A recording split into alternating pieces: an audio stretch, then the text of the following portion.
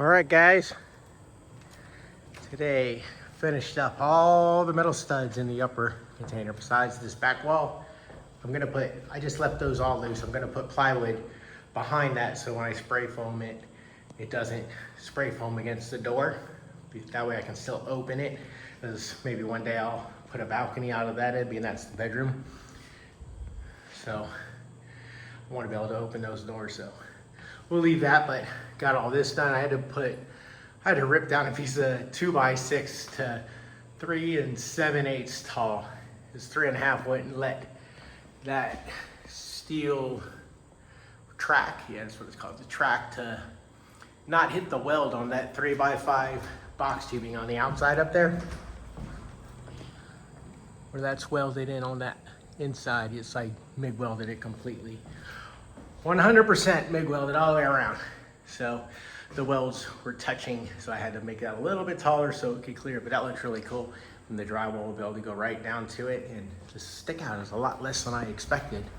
I thought that was gonna be it's literally like once the drywall's in there, it's only like a 1.5 inch more. Which I thought that was gonna be a lot more being how wide that door is, but it's huge. Looks good. I got all this staircase done. That was last weekend. That was difficult.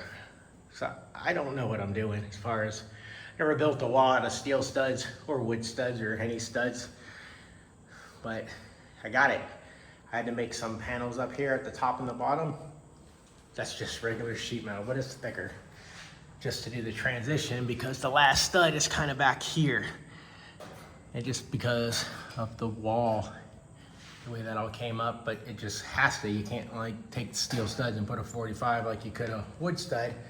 Super happy I did steel though, because everything is perfectly straight, and I'm kind of a perfectionist, so it's that helps. When everything is straight, I can, as long as I put it straight, it's straight. And that came out really good. It's awesome. Today I got wood on that last piece here. Was the only thing I wasn't certain how to do. There's the wood right there that from the container floor, but this middle section is metal.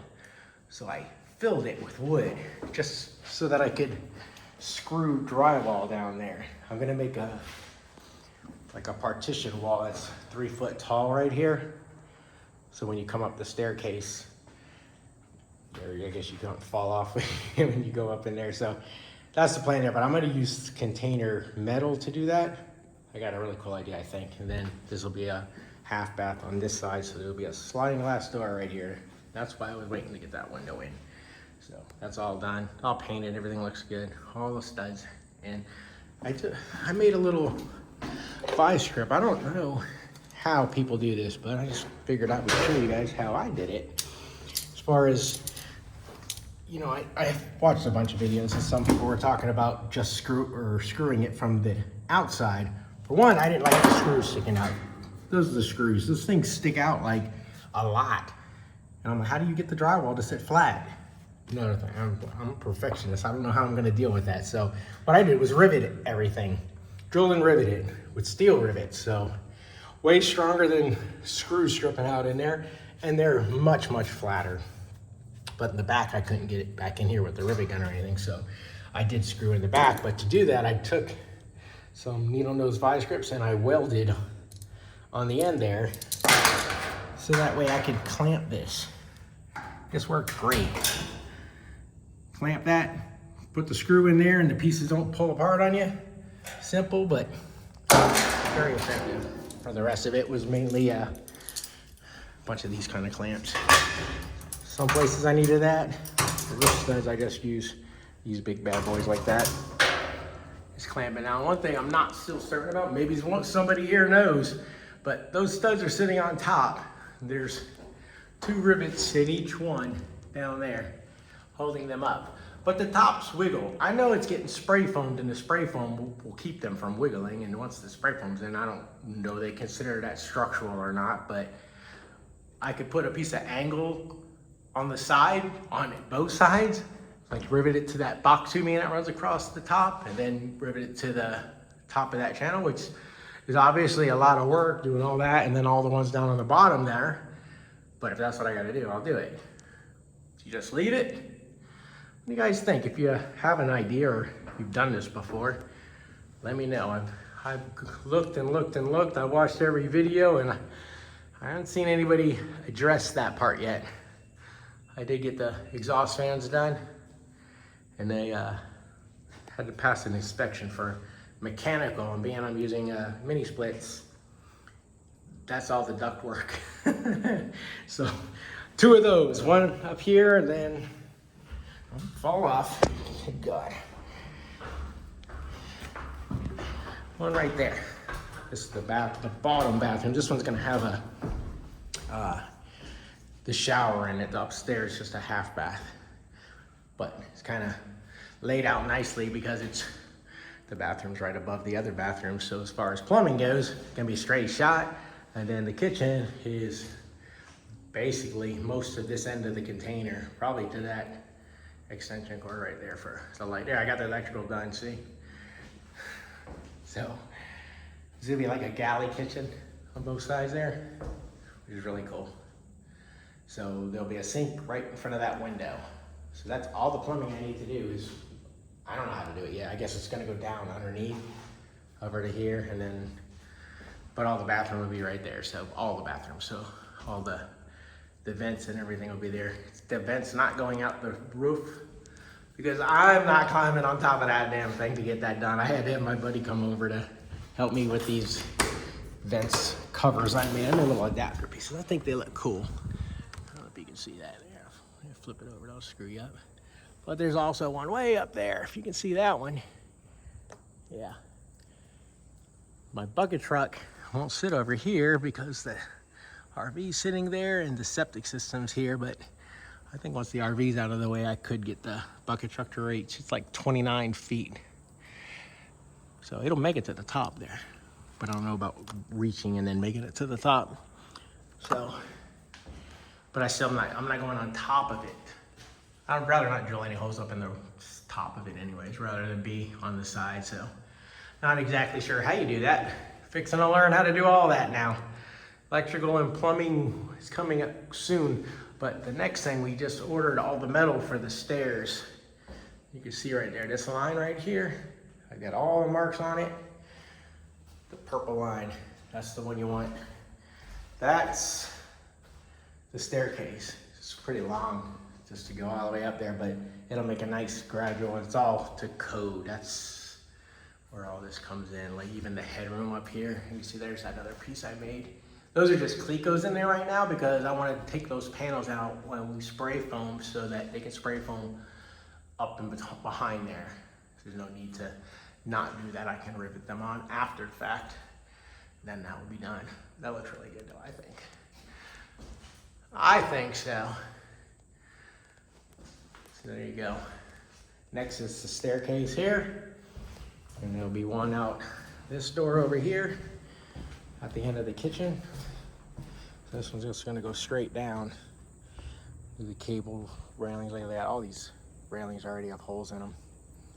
Spaced them 2 7/8.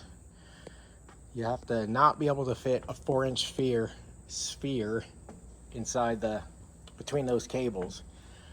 And I kind of feel like I can fit a 4-inch sphere through there no matter how tight they are. I mean, you just need more force, I guess.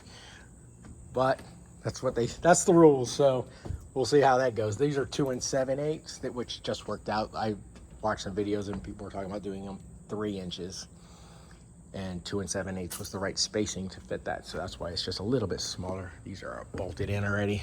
Just brackets out here. See that? Right there.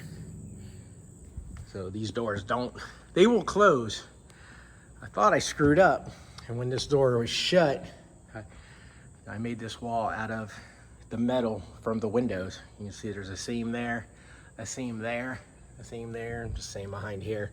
So it's like 5 pieces of metal, but I think it looks great, and welded it all in.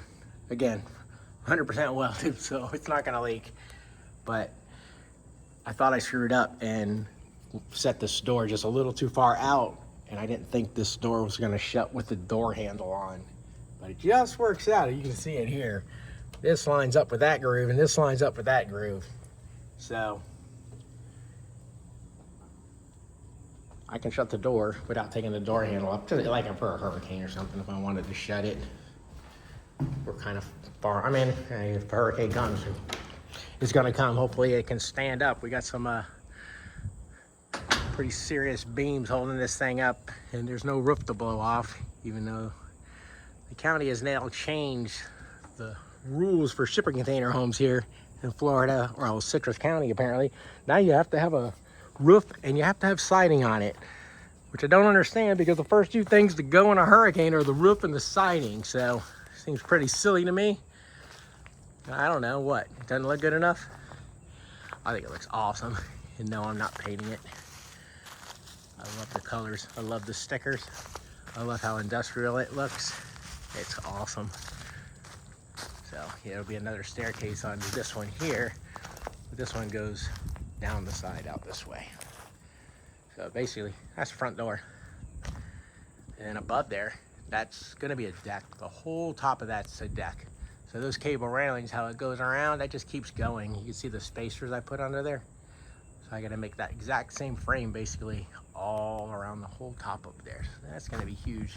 It's gonna open up a lot of space up there, but I have an idea for an awning up there. Well, like a shade awning, I guess you'd call it, one of those triangle type looking things. I got some really cool idea. I think it's gonna look awesome when it's all said and done. But stairs are next. So there's your update. If anybody's even keeping track. Gotta keep going. It's gonna look awesome. I can't wait.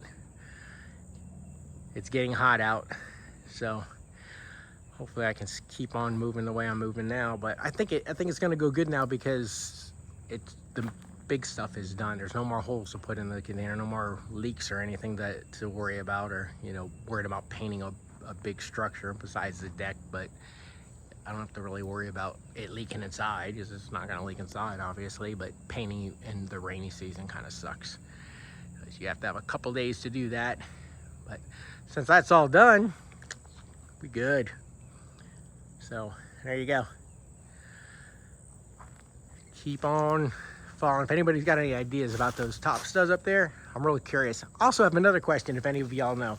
On the floors inside, when you put like laminate or maybe vinyl planks down, that flooring is not perfectly flat, and I know they put like some kind of underlayment under it.